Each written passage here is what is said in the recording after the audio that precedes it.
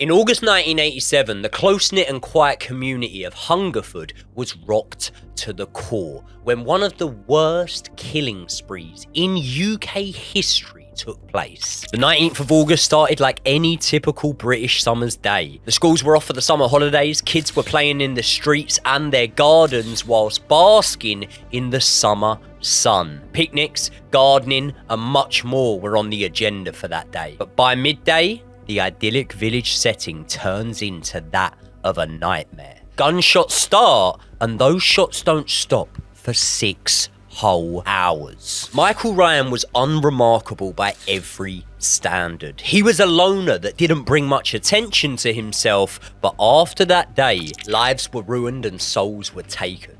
A community was destroyed, and the UK changed forever. This is the Hungerford Massacre.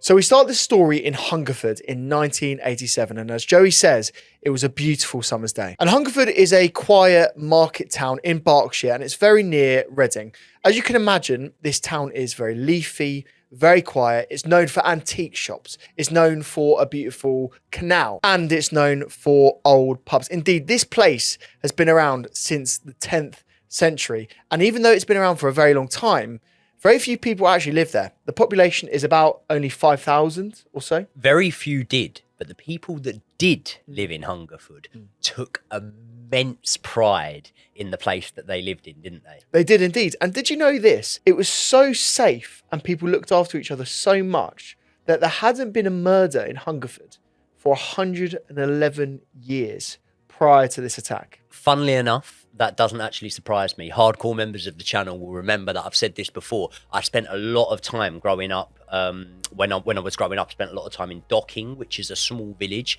in Norfolk, and it's a similar population. In fact, because there's so many holiday homes and stuff like that, where it is such a nice place for people to go on countryside breaks, it's even less. And one thing I would say is, in that village, there's not one person that wouldn't know another person that's from that village. So when we speak about close-knit communities, going on the population there, I don't see a world in which Hungerford could have not been a very, very close-knit community in that time. So we know about Hungerford. Why don't I tell you a little bit about the UK and what was going on at the same time? Well, the fact is, in 1987, Margaret Thatcher had just been re-elected. Her Conservative government had been in, and she was taking charge for a second term. And her win was defined by arguments over crime, over class, unemployment, and she actually used a cultural war for what she described and what Conservatives described as against the loony left. And while the public at the time were getting their news from the tabloid newspapers or from the television news, what they didn't know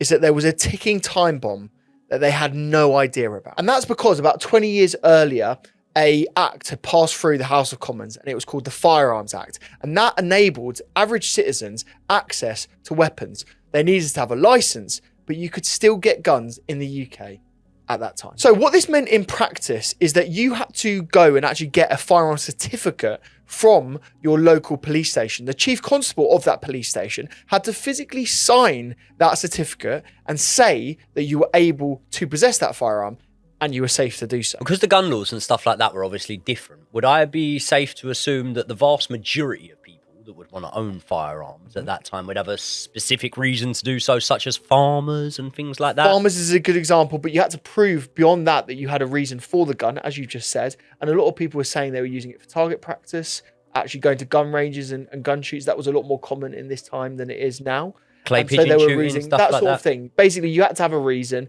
and we've covered other cases on this channel of a young man that actually talked about clay pigeon shooting. I don't know if you remember that. If you haven't seen the video yet, that was a fascinating case. That young man did not have a license, so there's a slight difference between these He didn't, cases. but he said to the purchaser of that weapon, and his name's Nicholas Prosper, if you don't know this case, we'll link it on the screen right now. He actually said to the gun owner that he was purchasing the gun off that he was using clay pigeon shooting. And Michael Ryan, I would assume, probably didn't have to jump through the amount of hoops that Nicholas Prosper did when acquiring his firearm. No, all you had to do is you had to show that you weren't a danger to the public. You had to show that you were of sound mind, but the definition of sound mind in 1987 is far different from what it is in 2026. And you also had to prove that you didn't have a criminal record. But you'd be surprised how many people we talk about on this channel didn't have a prior criminal record. Even just off the top of my head there, as you say about it, the nail bomber, I don't think that David Copeland had a criminal record, and look at the acts of terror that he went on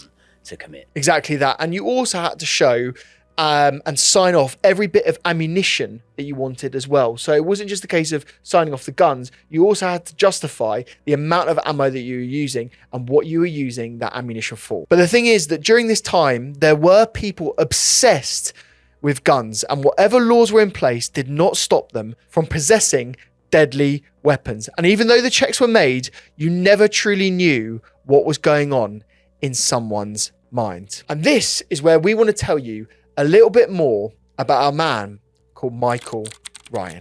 So Michael Robert Ryan was born on the 18th of May 1960 to parents Alfred and Dorothy Ryan. And the family dynamic was probably a little bit strange, and this was due to the fact that Alfred was 21 years older than Dorothy. My granddad was 11 years older than my nan, and I remember when I was a kid I used to speak to him and stuff and say, was it weird or whatever? And he said it wasn't that uncommon, but at the same time it was the biggest age gap that any of my mates had and stuff like that. So 2 decades is a bit of an age gap, I would say, even back in those days between the two. And it's said that Alfred was very, very different to his wife, Dorothy. Dorothy was a bit more commanding, a bit more outgoing, a little bit more in your face, so to speak, whereas Alfred was very much a reserved kind of guy. And this basically meant that Michael had a very different relationship with each one of his parents, and they didn't do all that much together.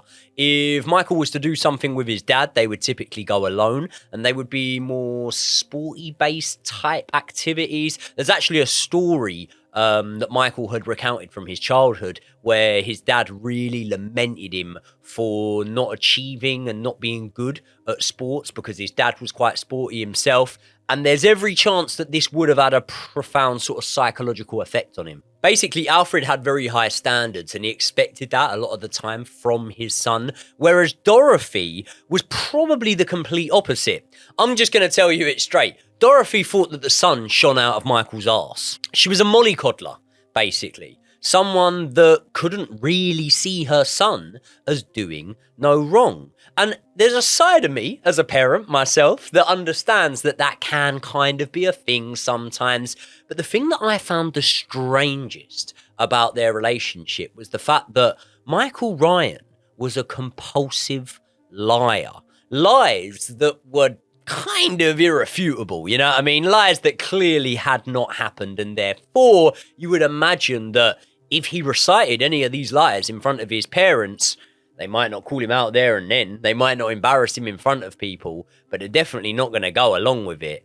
That is what Dorothy did. Dorothy used to lie for her son and go along with her son's lies all of the time. And I think that what may have played into the fact of why she did this was the fact that he was quite a unpopular kid at school. He didn't really have a lot of friends and things like that. And he wasn't really in the same sort of social status that some of the people that he may have looked up to were. He was bullied at school for being small and for being frail, and I can only imagine that Dorothy maybe felt like the lies were a overcompensation to give him a feeling of worth, and therefore she probably felt by backing these lies up she was helping with his self-esteem. And instead of coming out of his shell as the years went by and growing to develop relationships with people and make friends, Michael was very, very reclusive. It was noted that he still used to play with toys, specifically Action Men toys, and this was to a point when most kids his age had kind of grown out of that. And one of the reasons I assumed that the Action Man toy was his favourite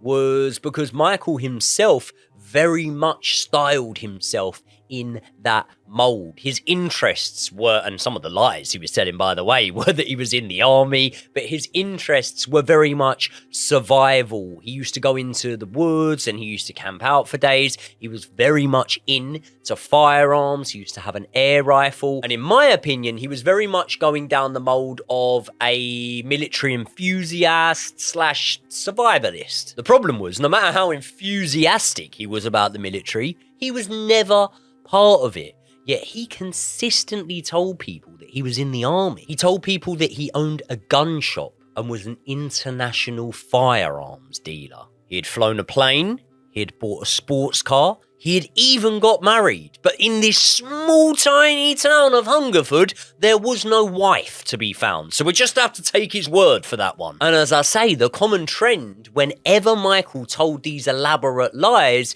his mother, Dorothy, would go along with him and back him up. And when Michael got to about 25 years old, his father, Alfred, died of cancer. And this had a detrimental effect on him. He became more withdrawn and more isolated. You have to remember, that's 50% of his support network now gone, because it's not like Michael's got loads of friends and family that he can lean on, connect with, and spend time with. You're literally looking at a scenario where it is now Michael and his mother, Dorothy. That's their whole world now, in effect. And to make things even worse, shortly after his father, Alfred, passed away, Michael actually lost his job as a caretaker. So this would have been a real low point in his life for him. And at this time, he was very much just spending a lot of time on his own. He was either working on cars, which was one of his interests, or more often than not, you could find him at a shooting range. And although he already owned shotguns, the ones that he would use at the ranges, he began acquiring way more after the passing of his father. Within a year, he had somewhat of a collection of different firearms. He actually had 8 firearms, but he did have licenses for all of them. And when you get these licenses, background checks are very, very thorough. And the reason I actually know this, right? My brother Ryan, who you've met before, he owns shotguns, or did own shotguns for quite a long time. And I remember when they were acquiring the license and fitting them, stuff like that, there were some checks that you would think, well, yeah, obviously, like criminal record checks, stuff like that. There were other checks into people's mental health, stuff like that. And also, you actually have someone come round to your house and inspect the steel gun casing, safe. the gun safe that you yeah. have it in, that sort of thing. So, yeah, I remember, though, because there was a few of them, I remember them going through that process 2019, maybe 6 years ago. And it wasn't a thing of like, yeah, you just go buy a gun. It's a thing that probably took about a month to 6 weeks to acquire. Yeah, that is very thorough. But just because Michael was obtaining these weapons legally, it doesn't mean he was using them legally. People from the area of Hungerford started noticing that there were holes in road signs. And after a while, as the holes started to develop, there started to become more of them, it became apparent that Michael Ryan was using road signs as target practice. Now, let me tell you something, Josh, right? Hungerford, as I've said, I've had a little look at the area and stuff since I've been talking about it. Do you know what it looks like to me? Go on. Looks a lot like Docking, the town that I was on about. Like a quiet, leafy British town. Like very small town. When you say quiet, the better word would probably be silent. Silent. Yeah. There's not much going on. Bro, I could tell you how many cars drive through it every single day. So what I'm saying is this. I've shot an air rifle plenty of times in Norfolk. Yeah, you do not need to be aiming at road signs, my friend. You don't need to be aiming at road signs. There are so many safe places. And again, I know I'm talking about somewhere else, but I'm just having a look on Google Maps and stuff like that here, the amount of wildlife, fields, stuff like that. There are so many places that you could have shot, including the shooting ranges that he visited. You didn't need to be using road signs for target practice. Quick question. Have you ever tried to Google your own name? Because if you do, you'll find some very scary things. There are people out there that have your name, they have your address, they have so much information about you, and you might not even know about it. And the thing is with your personal information is that it's not just floating out there willy-nilly. People are actually buying it and selling it every single day, and those people are called data brokers. That means that employers, strangers, scammers, even criminals can access your personal data, and that is how identity theft, fraud, and harassment start. And of course, you can try and remove this yourself, but what you'll find if you do is that it takes hours of your time, and let's be honest, you'd rather be doing other things. And this is why we use a tool called Incogni. Incogni contacts data brokers on your behalf and demands that your information is deleted from their databases, and that they keep doing so until every piece of information stays gone. And Incogni have just launched something called their Unlimited plan with custom removals, which means you can go onto Incogni. You can put a specific website that you know that your information is out there on, and Incogni will do their work automatically removing that information so you don't need to worry, and they'll keep doing so until it's removed. So how does it work? Well, you just need to click the link in the description. Then you just need to create an account, give Incogni permission to work on your behalf, and they will take care of the rest from there. So if you want to start protecting yourself online, you could do so with Incogni. There'll be a link in the description below, and it will also be on screen. If you use our link, you will get 60% off an annual plan, and you'll be supporting the channel. The good news is that the price of it works out to less than a coffee every single month, and they've got a full money back guarantee. So if you're not happy with the service, you'll get a full refund in 30 days. So take back control of your data and start using Incogni today. Big thanks for them sponsoring the channel. Thank you so much for watching this episode.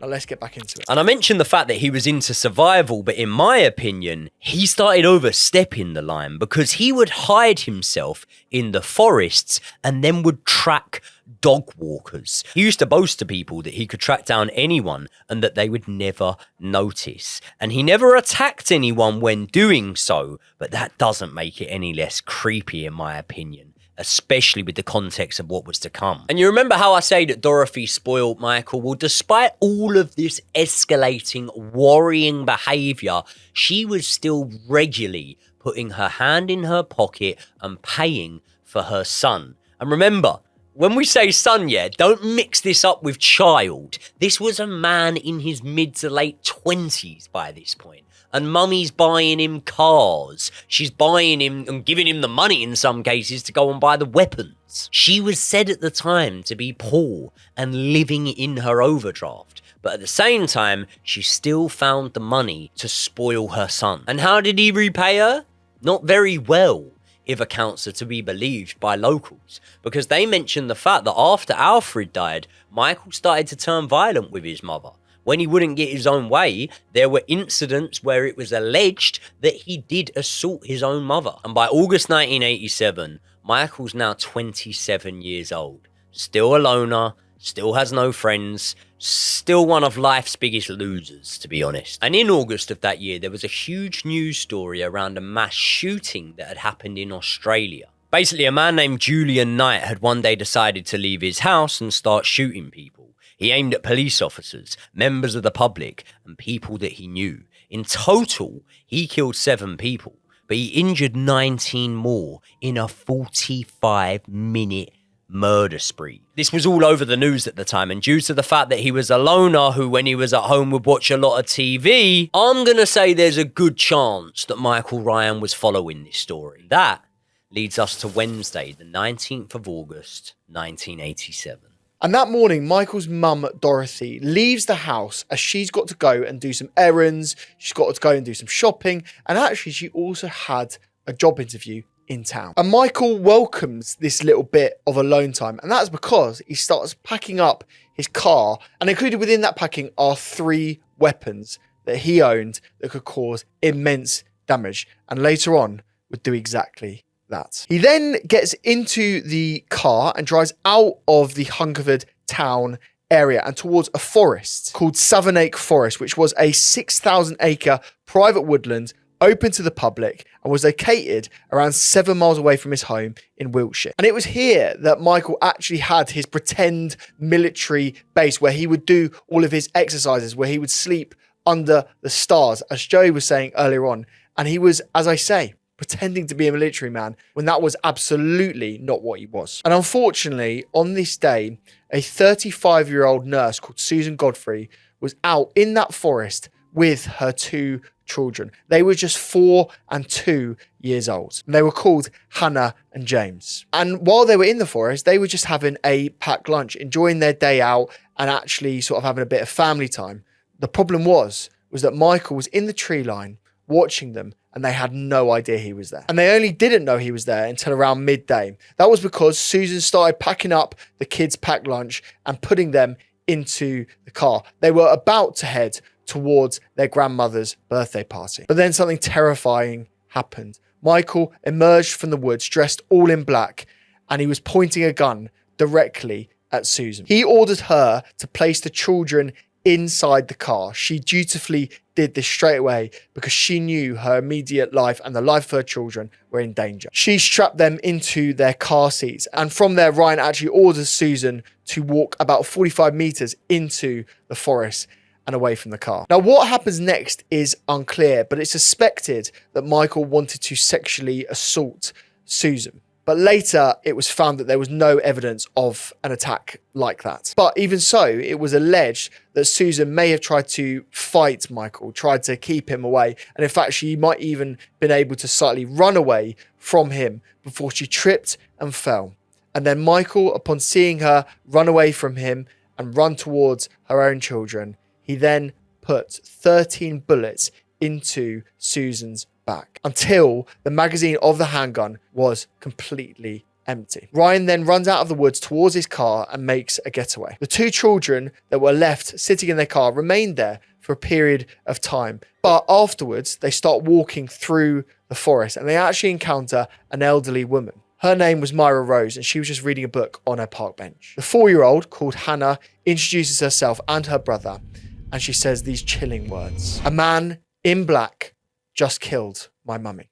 And then the next point we get to is at 12:35. Michael has taken his car and he's driving towards a service station called the Golden Arrow service station in Froxfield. He stays there for an unusually long time, filling both his car up, but also a 5-litre jerry can full of petrol. The cashier at the petrol station looks out from the window and recognises him because he's a regular customer, often getting petrol from this service station. Ryan then goes towards the boot of his car and he waits for another person that was on the forecourt, a motorcyclist named Ian George, to leave. Once he was out of the forecourt, Ryan aims his rifle straight towards the cashier and takes a final shot. The bullet only narrowly missing the cashier, ricocheted off the floor and again came very, very close to her. Seeing that he missed his shot, Ryan then storms inside of the service station and aims again directly at the head of the cashier. He tries to make several shots, but luckily for that cashier, none of them actually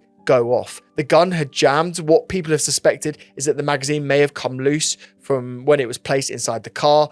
And so he leaves. He leaves the cashier, he lets her survive, and he makes towards his car and starts to make another getaway. The cashier then dials 999, and this is the first time that the police are aware that something serious might have happened. They initially thought that this could have been an armed robbery, and so that is what they immediately respond to, rather than a spree of murders, which unfortunately this case would turn out to become.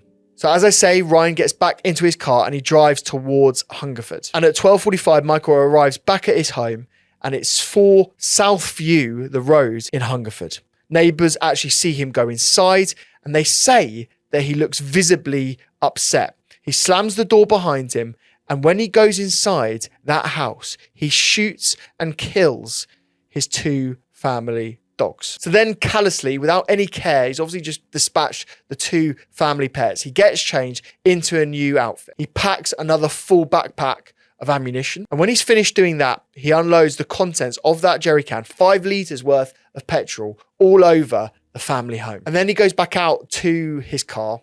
He puts the weapons in the back of his car along with all the ammunition, and he tries to start it. The bad news for him is that the car doesn't start. He can't get it going. The engine fails. And so what does he do? He starts shooting up the car, shooting the windows out, shooting the tyres in a fit of rage. Then he heads to his next door neighbour's house. He's decided at this point that he must just use his feet, and he walks away. He's basically got rid of the car, and the neighbour's house belongs to someone called Roland and Sheila Mason. They were sat in their back garden that evening, enjoying the beautiful summer's day. When he gets into that garden, he shoots Roland Mason 6 times in the back and neck with an assault rifle while he was working on a fence. Then he takes aim at Sheila Mason, shooting her just 1 time in the back of the head, and both of them were immediately killed. Another neighbour called Marjorie Jackson looks out from her home window and sees the bodies of the Mason family and hears the gunshots very clearly because it's the next house over. As she's peering out from her window, Ryan sees her and immediately takes 1 shot directly at her. This gunshot hits Marjorie in the lower back as she tried to dive for cover. She was severely wounded, but manages to crawl to her telephone, where she dials 999 first and then calls her husband's colleague, George White, for help. and she asks him to bring her husband Ivor home so that he can help protect her. And all the while, Michael moves on down the street and he sees a 14-year-old girl called Lisa Maidenhall who was playing nearby, and she hears the gunshots but initially believes them just to be firecrackers or kids playing pranks around the neighborhoods. And this is actually a common theme. People often hear the gunshots and are in so much disbelief that this could even be anything like guns that they basically discount it, continue about their normal day and think that it could be something else. But unfortunately for Lisa, Ryan sees her. He drops to one knee, he smiles directly at her, looking her in the eye, and then he fires several shots. 4 hit her leg and abdomen, but she manages to scramble inside a house where a neighbour with first aid training called Sylvia Pascoe rushes over to stem the bleeding and attempt to save her life. Do you know what's so mad about this, right? He was considered and described, like I've read so many different accounts. He was described as unremarkable. Not many people could recount conversations that they had had. We're talking about a tiny village, yeah? You already said about the population. Yeah. Not many people could even recount the conversations with him, stuff like that. If he was a bit of a troublemaker locally, things like that and whatever, I'm not saying it wouldn't still be a shock, but you'd have a little bit of an idea, an indication of what might be going on here. The fact that you've just said he's got on one knee, he smiled before showing the shot. That's probably one of the most interactions that he's had with some of these people. These So people, true. he was so unremarkable, didn't speak to people really, didn't do anything. So it must have been even more shocking at the fact that this person who we never even batted an eyelid at is the one doing this. There probably would have been confrontations and things like that that had happened over the years in the village that you would maybe potentially say that character that had that confrontation would be way more likely. Unremarkable is probably the best way to describe this person before this day, isn't it? It's so callous as well, isn't it? The way that he looks at all of these victims, you know, looks directly at them and then immediately starts gunning them down. It's people that he would have seen very regularly. We're talking about the street in which he lives on. He would see them all of the time. As we've said in Hungerford, people knew each other. People would talk to each other. So while he didn't have any personal interactions, he would have seen these people all the time. But do you know what I hate about these fucking people, right? The thing I fucking hate about them the most, yeah, is they feel like they've got a moral compass. Do you know what I mean? Like, we see it with Peter Sutcliffe, you know what I mean? It's like, oh yeah, I killed all these women, but I actually never sexually assaulted any of them. So what, you fucking scumbag? You killed them, right? And it's the same as this fella. Do you know what I mean? Like, I'm sure he thought that the fact that he led that mum away from their children and he said, get the children away and stuff like that, they think that makes them, like, you know, some level above other serial killers. It doesn't. No. You're a scumbag piece of shit. Yeah, this is the thing. And I've heard a lot of people also, when I've watched videos about this,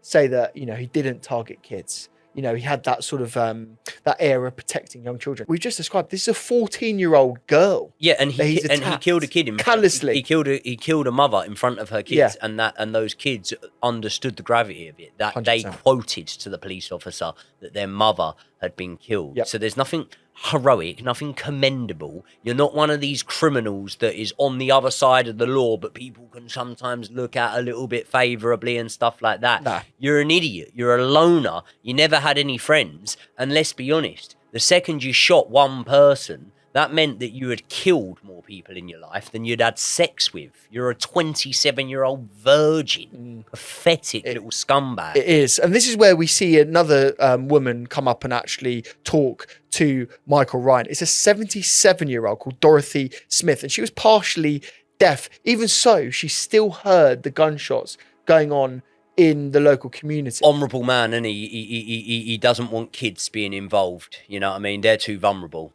77-year-old women, though, not vulnerable. No. So this is an interesting part of the story. He doesn't gun her down. She comes out of her house and she starts scolding him. She's saying he's taking the piss. He's making so much noise. He's distracting people. It is absolutely ridiculous, the noise that he's making. She tells him off. He looks directly at her, but he doesn't actually shoot her. She's unaware that he's actually shooting. Unaware. She's saying about the noise.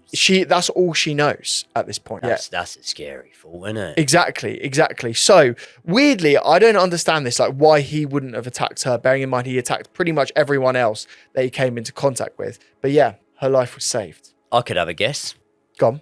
Confronted him. The other incidents you spoke about didn't really have mass confrontation in there. You alluded to the fact that there might have been a bit of a brawl between the mum and himself, but she's someone that's gone out and confronted him. And Yeah. like all of these people in these cases, what are they? How would I describe them? Cowards. Yeah. Exactly. Pussies. Yeah. And while this was all happening, police are getting various phone calls reporting the shootings. And just after Ryan had returned home, a police officer from the local area called PC Woods heard a transmission over the radio, and it stated that there were shootings going on Southview, that street which Michael Ryan lived on. Woods then speaks to another officer called PC Berriton, who decided he would take the lead as he knew the area slightly better than PC Woods. As Berriton then drives towards Southview, he fell in behind a local police officer patrol vehicle which contained Sergeant Ryan and PC Bernard Maggs. The sergeant indicated his intention to approach from one direction, and PC Berriton would go in from the other direction. Effectively, they had sort of unknowingly planned to control and contain the scene from both ends of the Southview street. And at 12:20 p.m, they also got the phone call from that cashier in the service station.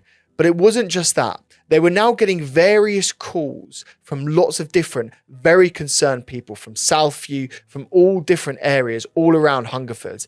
And these calls got so intense that at one point it actually crashed their phone system. People were so unable to get through. And I've read that there were up to 500,000 attempts to connect the phone calls into the police officers' sort of connection zone, and they were unable to actually get through. This got so bad that calls were often delayed up to 40 minutes from the time in which they were actually placed, which meant the police were getting information very, very slowly. Michael then continues to stick around the Southview area, and it's unknown the reason why he did this. And this is where we meet a 51-year-old man called Kenneth Clements. He was on a walk after a lunch with quite a lot of his family, as well as his little dog, and included his son, his teenage son, who was called Robert. As they walk down a footpath leading to Hungerford Common and Southview, he passes a neighbour that says there's a man nearby and he's shooting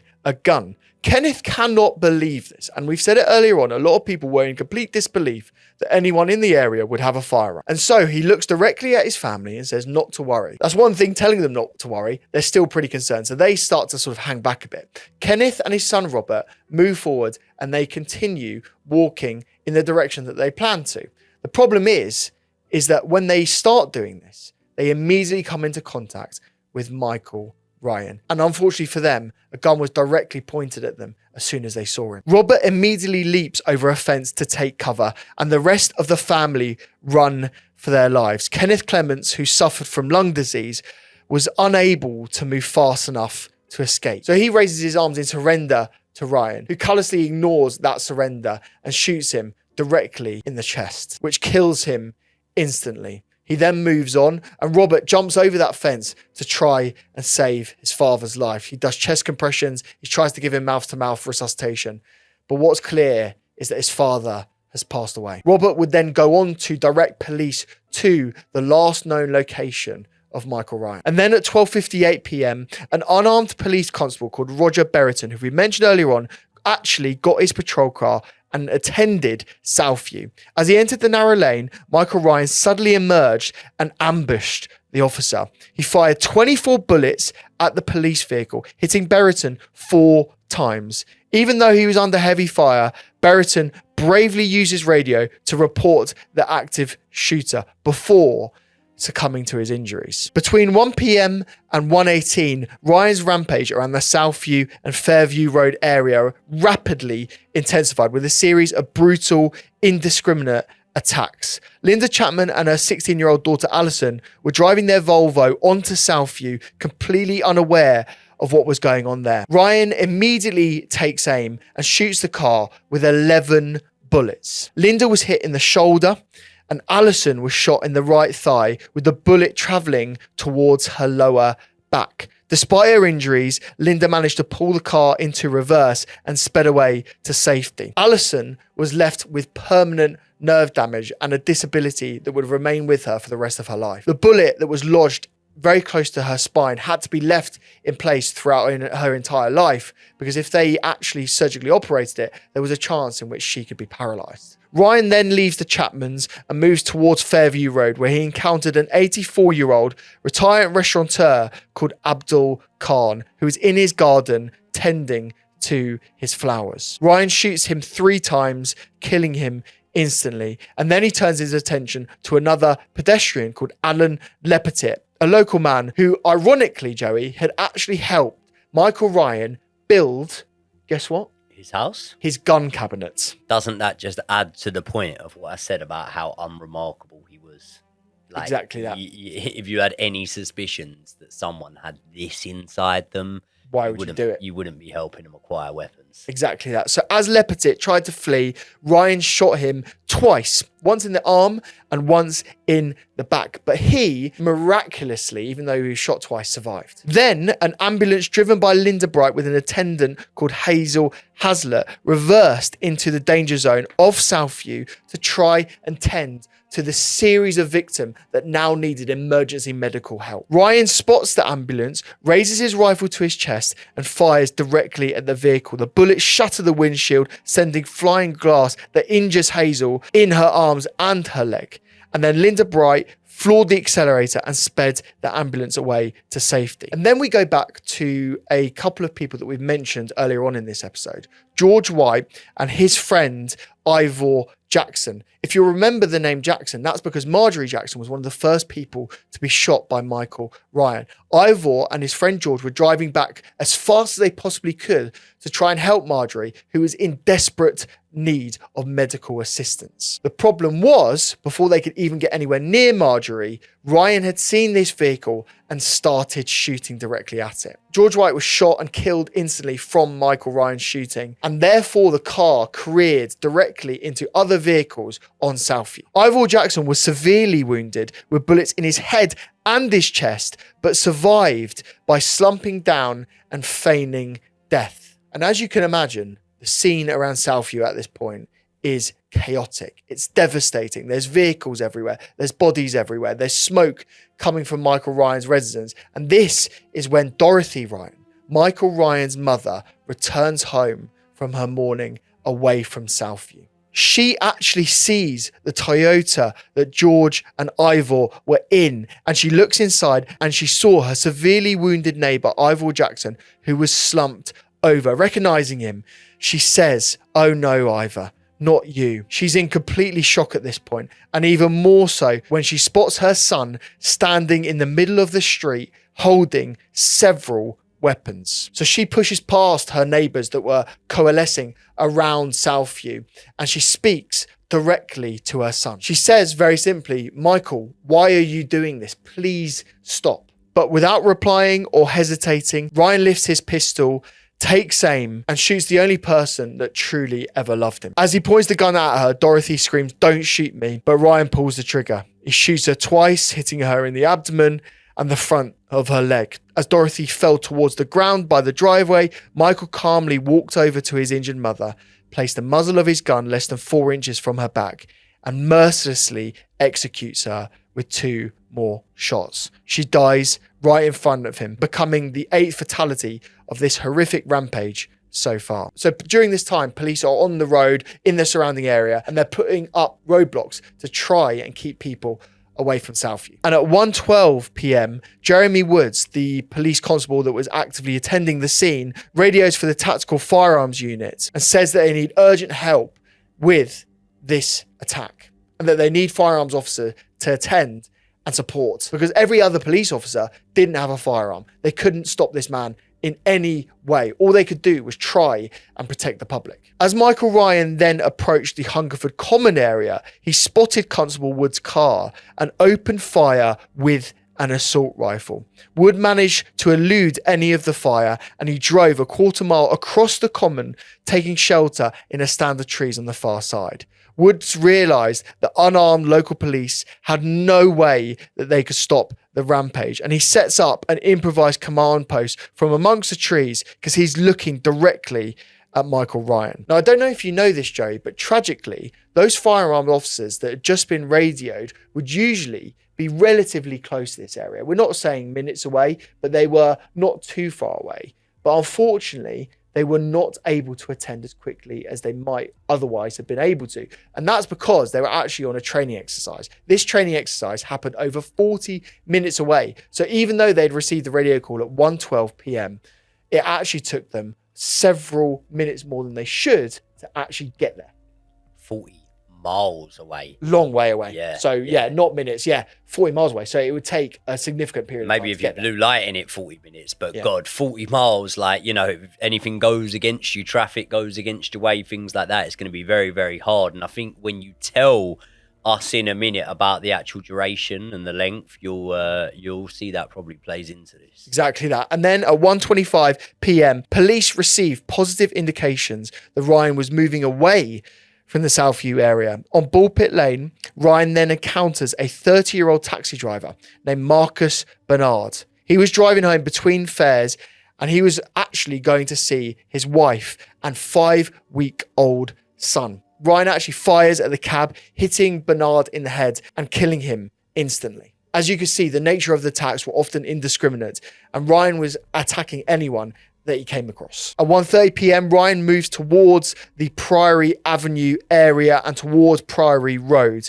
Police had begun setting up those roadblocks, which I said, which actually diverted some motorists directly into Ryan's path. He was shooting at these vehicles and he killed 2 people. They were called Douglas Wainwright and Eric Vardy. Ryan then fired at a passing Renault 5, striking and killing a 20-year-old driver called Sandra Hill with a single bullet to the chest. And it was during this carnage on Priory Road that a 21-year-old former Lance Corporal army officer called Carl Harries actually first laid eyes on Michael Ryan. He was on leave from the Royal Engineers, but he bravely intervened in several of the attacks. Harries had been walking to a shop for car pass, and he recognised the distinctive sound of semi-automatic gunfire.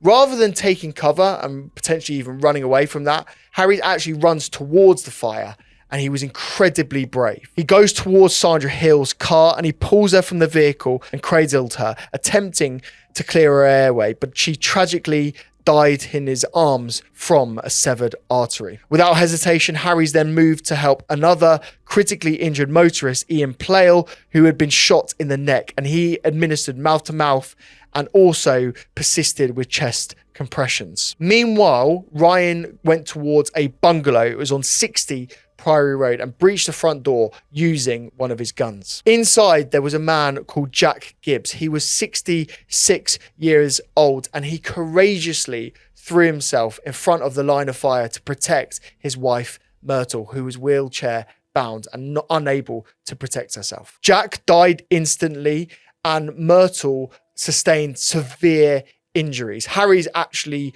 later goes on to enter that bungalow and tries to save Myrtle's life. As he was doing so, Ryan then shot a 67-year-old man called George Noon in the garden of a house on Priory Road. A police helicopter was finally dispatched around this time and had become airborne over Hungerford, using its loudspeaker to broadcast warnings and direct the public to safety. And then at 1:52, a caretaker working at a local school, which was called John O'Gaunt School, the school that Michael Ryan had attended as a child, was made aware that a person had entered the school, and that person was wearing army fatigues. Of course, that person ended up being Michael Ryan. An hour after they were originally called, that police firearms unit that I mentioned earlier on finally arrived in Hungerford. But when they arrived, they didn't have eyes on Michael Ryan, and they weren't aware of where he actually was until 4 p.m. And that's when they finally get to the school. Now, obviously, there's a helicopter overhead. There's police in the perimeter. Michael Ryan knows that he's cornered. He knows that he's in serious trouble. So obviously, he would surrender, I presume, or at least start talking to the police. That's not what he does, Joey. He starts shooting his rifle at the helicopter. Pretty stupid thing to do, because bullets are not going to go that far, and you're definitely not going to hit a helicopter. But he was trying anything. You say stupid. He knew what he was doing. What was he doing? Well, he was trying to get himself shot. Taking a coward's way. You think? Out. Yeah, of course he was. Of course he was. Of Yeah. course he was. Listen, all of these people do the exact same thing. They just try and take the coward's way out. Listen, he weren't willing to face the music for the crimes. He definitely wasn't willing to sit in a prison cell. And do you know what it is, which proves he's even more of a coward? Come. In my opinion, he was shooting at the police helicopter because he wanted to be shot. Yeah. What does that tell you?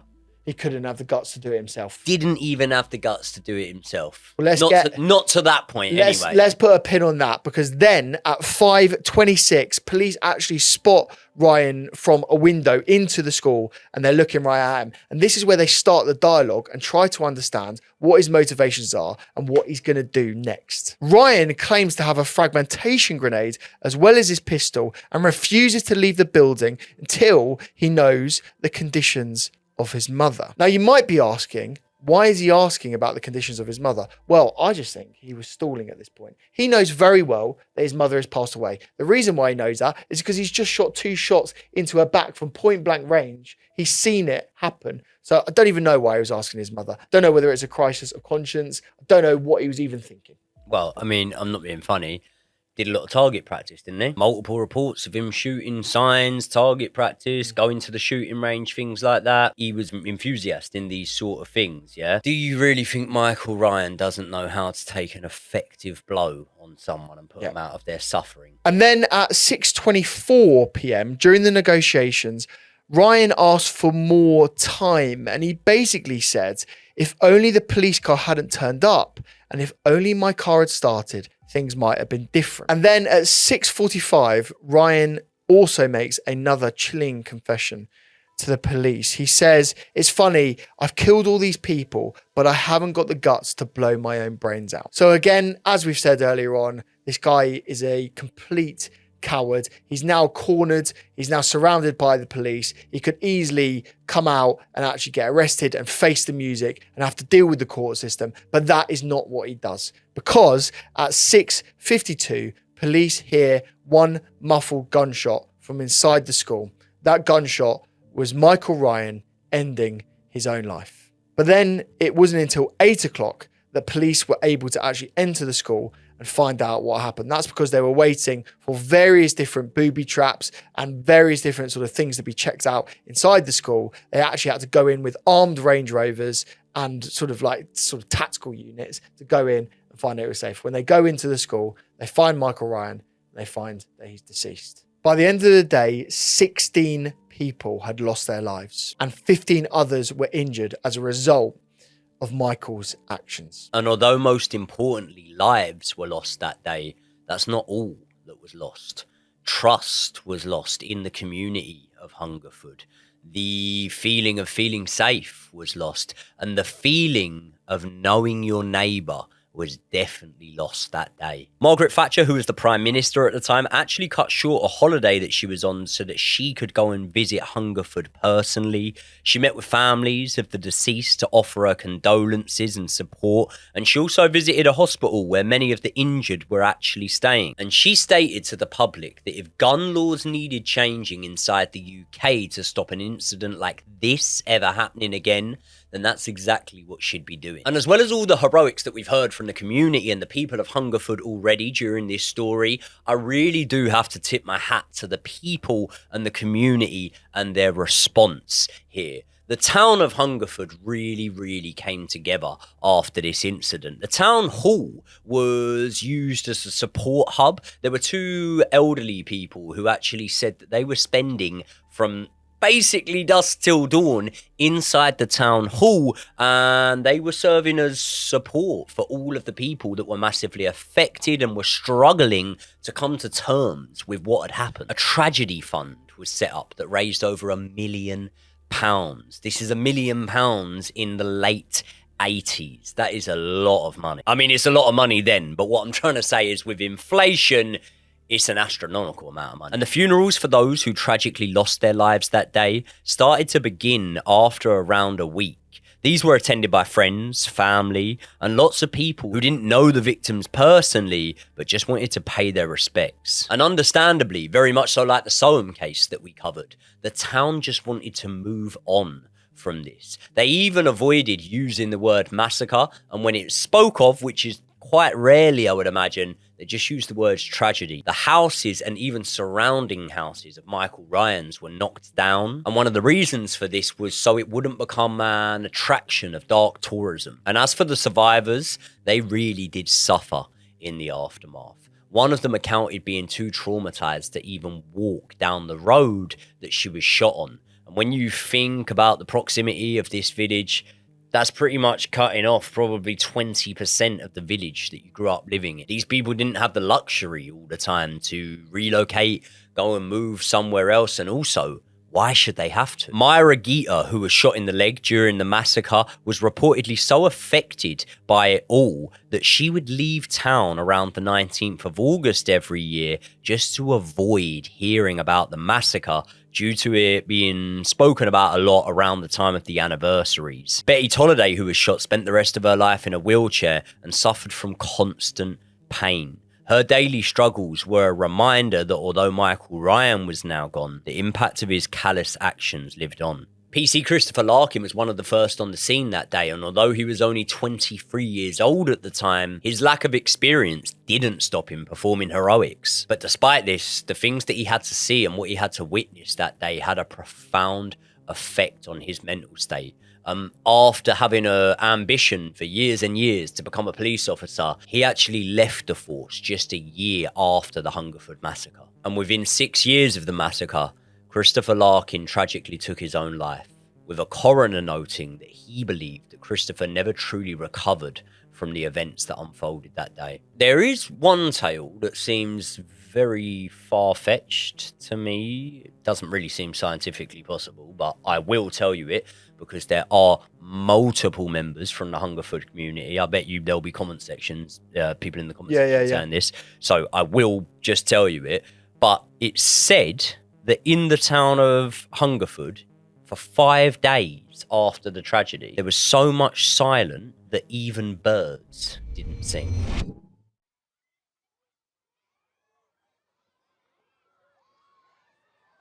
And that sounds a bit crazy to say that birds wouldn't sing, birds wouldn't, understand and know what was going on and whatever. People will swear by that, by the way. Yeah, and also it could just be a noise thing, couldn't it? It could be they were scared away by the amount of noise that was around the town. That could absolutely be a thing. Yeah. So sure. That could absolutely be true. I mean, it sounds far-fetched, but it could absolutely have been true. Yeah, and at this point, with everything that they suffered and went through, I'm definitely not going to be doubting any of the accounts. One kind of interesting-ish thing that I found out from that day, a little bit of weird sort of fact about this one. You know, Michael Ryan was telling kids to get off the streets. Yep. Did you ever look at the age profiles of those kids? No. So they were kids anything really from like 4 or 5 years old until teenagers. And obviously you told me about the 14-year-olds. You told me about the population being so small, yeah? I was telling you, like, when I was growing up, everyone knew everyone in those sort of villages and stuff like that. Do you know there was an 8-year-old that was living in the village at that time? Will Young. Really? Pop idol Will Young. Really? Yeah. And he would be fully aware of it then. He's never spoke about it. Never done an interview about it or anything like that. Yeah. So I'm not saying he was there or anything like that. But he was an 8-year-old living in Hungerford at that time. It'd be interesting to see if he would talk about it one day. Why don't I tell you a little bit about the court case and what happened next? The fact is, there wasn't a court case. Obviously, he self-deleted and therefore was not able to go through the eye of the law, not able to be fully sent for justice. But there were several other legal proceedings after this case finished. So there was a coroner's inquest that happened first. That concluded on September the 29th, 1987. During the proceedings, the coroner of West Berkshire, called Charles Hoyle, highlighted that the British public's desire was to maintain a routinely unarmed police force, while also simultaneously expecting an immediate armed response during emergencies. So again, what I don't really understand with that, Joey, is that he's both sort of saying that we want no police to have guns, but that we expect police to come to our assistance straight away with guns. We're also just kind of expecting that armed police officers aren't 40 miles away when they really do need to be there, training day or no training day. So let's not try and say that the police are unavoiding of any blame here. There's still absolutely someone at fault for taking this training day and taking everyone that was able to be any armed response unit away from the local area. I do find it a bit weird that in the coroner's report, he's highlighting that in particular. I'd completely agree with what you're saying there. The police should have had a presence. I think that obviously, look, I can only give my first-hand experiences, and it wasn't 1987, it was the late 90s and whatever. In some of these really, really sort of low population villages and stuff like that, Docking, right, in Norfolk that I spoke about, I started a fire in the field and a police meat wagon come. The first time that a police car had been called for a crime, they'd been in the village, first time that it had been called for a crime in 12 years. There you go. Docking village. So what, I'm not justifying anything. No. Right? Not justifying anything here. But what I'm saying is the crime levels are so low up there. Yeah. Sorry, I say up there. This was a different place. But in these more secluded areas, very much like you would call it countryside if you weren't from the UK. So, and also, not only that, when you're dealing with like villages, towns, stuff like that, 40 miles to us where we live in London sounds like ages or whatever. But more often than not, I know it's classed as a town, but like with these sort of small villages, populations of the amount that you said, right? Yeah. The next set of shops might be 7-8 miles away. Yeah, the next village might be the best part of 10 miles away, stuff like that. Yeah. Again, the police were completely in the wrong to send everyone there. At the same time, do I think police force or not, there would have been anyone in their right mind that would have thought that could happen that day? No, of course not. But that's the job of the police, isn't it? Yeah, so true. It's the job to be prepared for the unexpected, isn't it? So, yeah. Although I could probably give a little bit of context there for that, definitely they were right to bring that up in the report, because that was a massive failure of duty. Yeah, 100%. And then the report then went on to say the possession of semi-automatic weapons should absolutely not be as pervasive as it was. And their recommendation was that the government needed to look into that issue and do it quickly. They also say that individuals should not be allowed to have unlimited stocks of ammunition, even if that ammunition was signed for by the police officers that would do so at the start. And then following the massacre, the Home Secretary, called Douglas Hurd, commissioned an official investigation known as the Hungerford Report, which was prepared by a police officer called Colin Smith, who was the Chief Constable of the Thames Valley Police. The report confirmed that Ryan's extensive, highly lethal private arsenal was entirely legally licensed, and it also detailed how the police's response was severely hampered by understaffing, by outdated communication equipment, and also the fact that overloaded local telephone network was completely crashed out by the number of calls that were coming by 999. So they were actually identifying that there were systemic issues actually within the way that we call the police and get them to crimes. Chief Constable Smith also ultimately concluded that prohibiting weapons like self-loading 4-bore rifles, pump-action shotguns from general sale would not seriously damage or impede any legitimate sporting use of such weapons. And then the Conservative government got involved, because in 1988, they swiftly passed the Firearms Amendment Act, which changed the Firearms Act that we talked about, which was passed through 20 years earlier. This legislation severely and immediately changed a lot of the way that we look at guns in the UK. And it only took one attack to massively change the way that we look at guns. It banned semi-automatic rifles and the ownership of semi-automatic centre-fire rifles, as well as pump-action rifles. It also banned any explosive ammunition. It also restricted shotguns as well. And to enforce this act, the government actually set forward a firearms amnesty.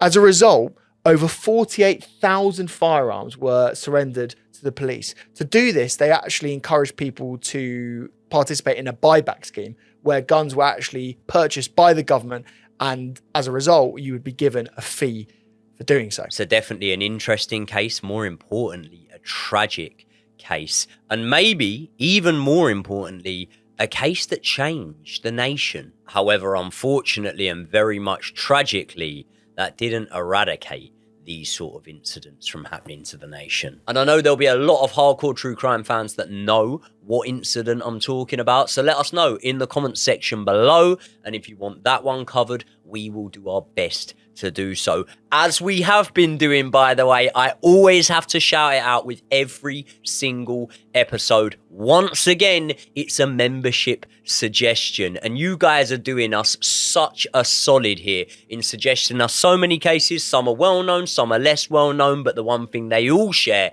is they're very, very interesting. So get your suggestions in and help us by leaving your own blueprint on this channel. We love you all very much, and we will see you all in the next one.